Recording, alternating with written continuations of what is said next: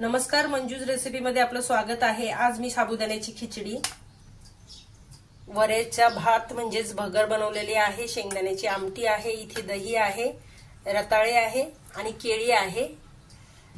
तर ही मिनी थाली मी कशी बनवली, चला आपण पटकन रेसिपीला सुरुवात करूया। तर इथे मी 1 वाटी वऱ्याची भगर घेतलेली आहे। याचा आधी आपण भात करून घेऊया। त्यासाठी मी इथे स्वच्छ पाण्याने 2 वेळा मी ही भगर धुवून घेणार आहे। 1 वाटी इतकी मी भगर घेतलेली, आता 2 वाटी इतकं पाणी घेते, थोडंसं मीठ घालते, छान एक मिक्स देते। आता हा भात आपण शिजायला ठेवूया। भाताला छान उकळी आलेली आहे। आता यावरती गॅस कमी करून मी झाकण ठेवते। इथे आपला भातही तयार झालेला आहे। इथे मी खिचडीसाठी साबुदाणे छान भिजत घातले होते रात्रभर। आता यामध्ये हा भाजून केलेला शेंगदाण्याचा कूट आहे, हा घालते आणि छान मिक्स करून घ्यायचे। मीठ घालते, मीठही छान मी मिक्स करून घेतलेला आहे। इथे एक कढई ठेवलेली आहे मी तापायला। कढईमध्ये मी 1 मोठा चमचा तूप घालते। ह्या मिरच्या आहेत 3 ते 4 कापून घेतलेत मी, त्या घालते। मिरच्या छान फुलल्या की आपण हे साबुदाणे घालायचे त्यामध्ये।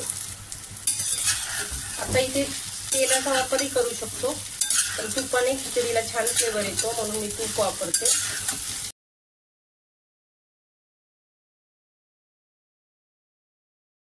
जिरे फोडणीला घालू शकतो, जर तुम्ही खात असाल जिरे तर घाला। आमच्याकडे जिरे वगैरे काही खात नाही, उपवासाला चालत नाही आमच्याकडे।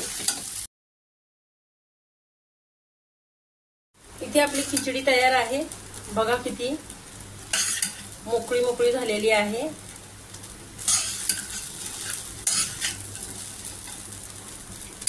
आणि खिचडीला मी सतत ढवळत आहे, म्हणजे 2-2 मिनिटांनी, खाली लागू नये म्हणून, आणि अगदी नरम झालेली आहे।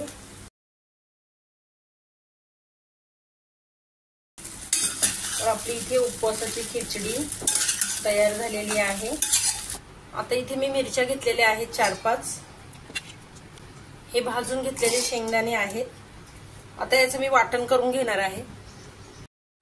तर इथे माझं वाटण तयार आहे, शेंगदाण्याचं आणि मिरचीचं, हिरव्या मिरचीचं। तर आता आपल्याला शेंगदाण्याची आमटी किंवा झिरकं म्हणतो ते करून घ्यायचं आहे। झिरक्यासाठी मी इथे 1.5 चमचा इतकं तेल घातलेलं आहे। तेल तापलं की आपण हा शेंगदाण्याचा कूट आणि मिरचीचं वाटण त्याच्यामध्ये घालून घेणार आहोत। हे छान तेलामध्ये परतून घ्यायचे।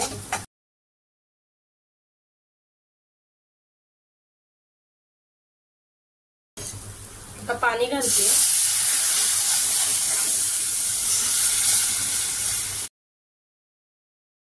छान उकळी आलेली आहे।